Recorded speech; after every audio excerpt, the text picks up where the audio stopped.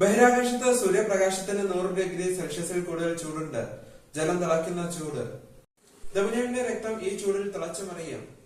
സൂര്യപ്രകാശം മേൽക്കാത്ത വശത്താകട്ടെ മരയിപ്പിക്കുന്ന തണുപ്പ്.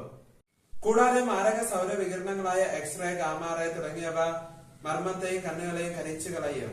ബഹിരാകാശത്ത് സഞ്ചരിക്കുന്ന ഒരു മണൽ തരി പോലും വെടിയുണ്ടയേക്കാൾ മാരകമാണ്. സെക്കൻഡിൽ 7.7 കിലോമീറ്റർ വേഗതയിലാണ് ഇവയുടെ സഞ്ചാരം. ഇതിനെല്ലാം നേരിടാൻ തക്ക സൂക്ഷ്മതയോടെ തയ്യാറാക്കിയിരിക്കുന്നതാണ് സ്പേസ് സ്യൂട്ട്.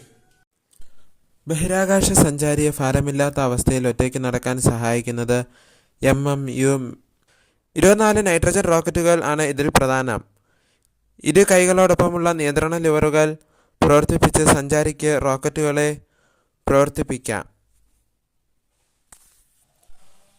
സ്വർണം പൂശിയ ഹെൽമറ്റ് ഗ്ലാസാണ് ബഹിരാകാശ സഞ്ചാരികൾ ഉപയോഗിക്കുന്നത്. ആസ്ട്രോനട്ട് ധരിക്കുന്ന ഹെൽമറ്റ് ഗ്ലാസിൽ സ്വർണം നേർത്ത പാളിയായി പൂശിയിട്ടുണ്ട്.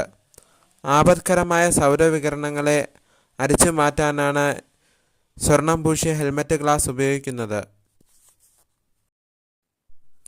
യാത്രികരുടെ ഉച്ഛ്വാസവായുവിലെ ജലകണികകൾ ശേഖരിച്ച് ശുദ്ധീകരിച്ച് കുടിവെള്ളമാക്കി മാറ്റാനുള്ള സംവിധാനം ഈ സ്യൂട്ടിലുണ്ട്. സ്പർശനക്ഷമതയുള്ള കയ്യുറയാണ് ഇതിൻ്റെ മറ്റൊരു പ്രത്യേകത. ബഹിരാകാശ സഞ്ചാരിയുടെ കൈ ലേസർ രശ്മി ഉപയോഗിച്ച് സ്കാൻ ചെയ്ത് അതിൻ്റെ അടിസ്ഥാനത്തിൽ സുഗമമായ ചലനം ഉറപ്പുവരുത്തിയാണ് കയ്യുറ നിർമ്മിക്കുന്നത്. സ്പർശനക്ഷമതയുള്ള സിലിക്കൺ റബ്ബർ വിരൽത്തുമ്പുകൾ ഇതിൻ്റെ പ്രത്യേകതയാണ്. ബഹിരാകാശ സഞ്ചാരികൾ ധരിക്കുന്ന EMU എന്ന കുപ്പായത്തിൽ തണുത്ത ജലം ഒഴുകുന്ന ധാരാളം ചെറുകുഴലുകൾ ഘടിപ്പിച്ചിട്ടുണ്ട്.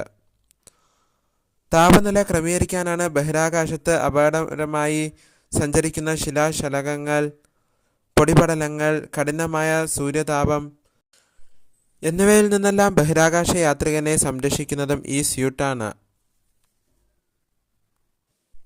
ബഹിരാകാശ നിലയത്തിൽ നിന്ന് പുറത്തുവന്ന് 7 മണിക്കൂറോളം ബഹിരാകാശത്ത് പ്രവർത്തനനിരതനാകാൻ വേണ്ട പ്രാണവായു ഈ സർക്യൂട്ടിലെ 2 ടാങ്കുകളിൽ കരുതിയിരിക്കും.